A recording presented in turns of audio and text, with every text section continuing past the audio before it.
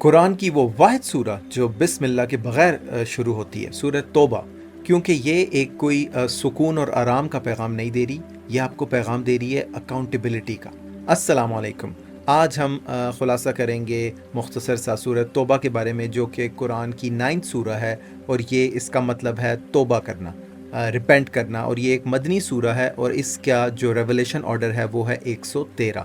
سورہ 10ویں جز سے شروع ہوتی ہے اور 11ویں تک جاتی ہے، تو اس کے وہ ٹاپکس جو 10ویں میں ہیں ان کی بات کر لیتے ہیں۔ تو سب سے پہلے تو یہ ذکر آتا ہے کہ آپ نے جو مشرکین اور کفار تھے، حکم ہوا مسلمانوں کو کہ ان سے آپ نے تعلق جو ہے وہ ختم کر دینا ہے، اور جو بھی آپ کا ایگزسٹنگ کوئی ایگریمنٹ، کوئی معاہدہ ان سے ہے، جو مشرکین تھے، وہ توڑ دینا ہے۔ ان کو 4 مہینے کا ٹائم دیا گیا، 4 مہینے کی مدت دی گئی کہ وہ 4 مہینے تک مسلمانوں کے ساتھ رہ سکتے ہیں، اس کے بعد آپ ان سے لڑیں۔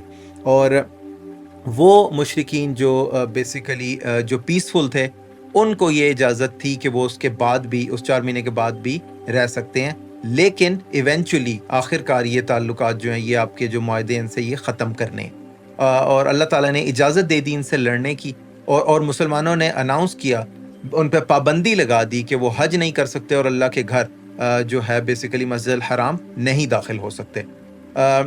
اللہ تعالیٰ نے مشرکین کو کہا کہ وہ یہاں سے چلے جائیں اور عربیہ جو ہے وہ چھوڑ دیں۔ پھر یہاں پہ ذکر آتا ہے ایک غزوہ کا، جو کہ ہے غزوہ حنین۔ تو یہ ایک جگہ ہے مکہ اور طائف کے بیچ، اور یہاں کے جو اس علاقے کے جو لوگ تھے، یہ مشہور تھے تیر اندازی کے لیے، اور حضرت صلی اللہ علیہ وسلم جو ہے 21,000 کا لشکر لے کے جو ہے وہ ان سے لڑنے گئے، لیکن مسلمانوں کو کافی فخر تھا اپنی تعداد پہ، انہوں نے اپنی تعداد پہ زیادہ بھروسہ کر لیا بجائے اللہ کے۔ اللہ تعالیٰ کو یہ سوچ پسند نہیں آئی، اور تو مسلمانوں نے کافی تیر کھائے، کافی نقصان ہوا۔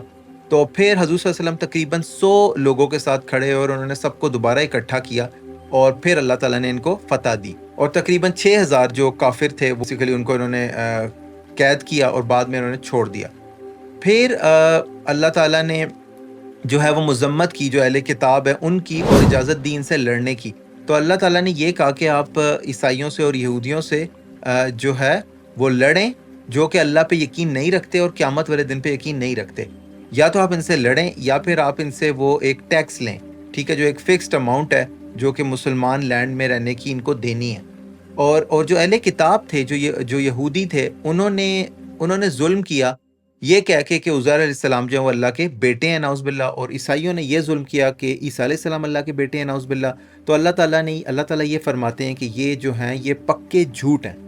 پھر یہاں پہ ایک اور غزوہ کا ذکر آتا ہے، جو کہ ہے غزوہ تبوک۔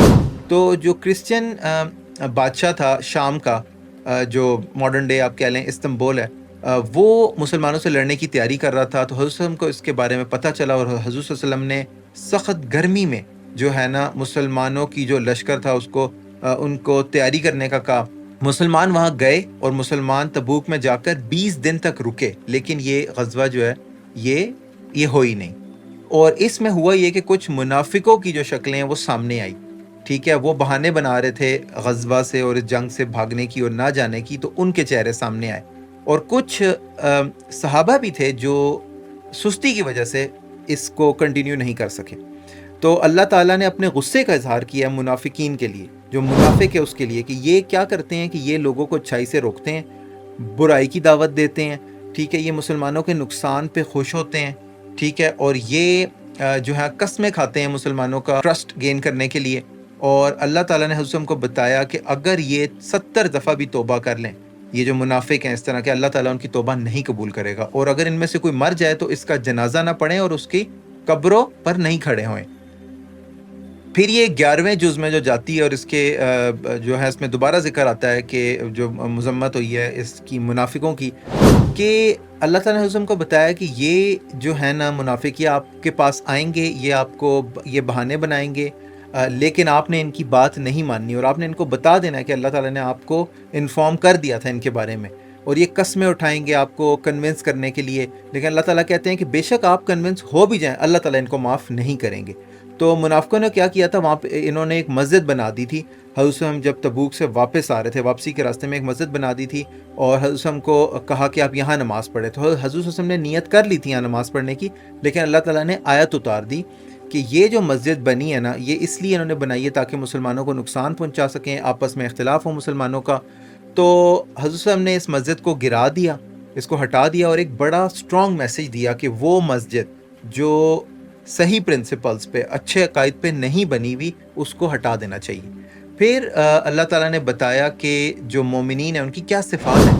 مومنین کے بارے میں بتایا کہ وہ اللہ تعالیٰ جو ہے نا، ان کی مال اور ان کی جان اللہ تعالیٰ لے لیتا ہے جنت کے بدلے.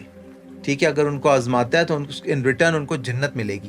اور ان کی صفات یہ بتائی کہ وہ توبہ کرتے ہیں، عبادت کرتے ہیں اللہ کی، حمد کرتے ہیں، روزے رکھتے ہیں، سجدہ اور رکوع کرتے ہیں، لوگوں کو اچھائی کی دعوت دیتے ہیں، برائی سے روکتے ہیں، اور جو اللہ تعالیٰ نے حدود قائم کی ہیں ان کا خیال کرتے ہیں. پھر ان 3 صحابہ کا ذکر ہے جن کے نام پہ سورت کا نام ہے سورت توبہ، کہ انہوں نے یہ جو ہے یہ غزوہ تبوک میں حصہ نہیں لے سکے تھے سستی کی وجہ سے. انہوں نے حضرت صلی اللہ علیہ وسلم کو سچ بتا دیا کہ لیزینس کی وجہ سے ہم کنٹینیو نہیں کر سکتے. تو ان کا بوائیکاٹ کیا گیا تھا 50 دن تک، بڑا سخت بوائیکاٹ تھا. ان کے سلام کا جواب نہیں دیا جاتا تھا، ان کو اگنور کیا جاتا تھا، اور ان کو اپنی بیویوں سے دور رکھا گیا. اور 50ویں دن جو ہے اللہ تعالیٰ نے ان کی توبہ قبول کی اور یہ بوائیکاٹ ختم کیا گیا. پھر اللہ تعالیٰ نے حضرت صلی اللہ علیہ وسلم کے بارے میں بتایا کہ وہ کتنے نرم دل ہیں، اور یہ بتایا کہ اللہ تعالیٰ کے کچھ اپنے جو ایٹریبیوٹس ہیں وہ حضرت صلی اللہ علیہ وسلم کو اللہ نے دیے ہیں، رعوف الرحیم کے. اور حضرت صلی اللہ علیہ وسلم بہت زیادہ افسردہ ہو جاتے تھے کسی بھی مسلمان کے نقصان پہ، اور وہ مسلمانوں کی کامیابی چاہتے تھے. تو یہ تو تھے اس سورہ کا خلاصہ. اب ہم نیکسٹ ملیں گے انشاءاللہ سورہ یونس کے ساتھ. السلام علیکم.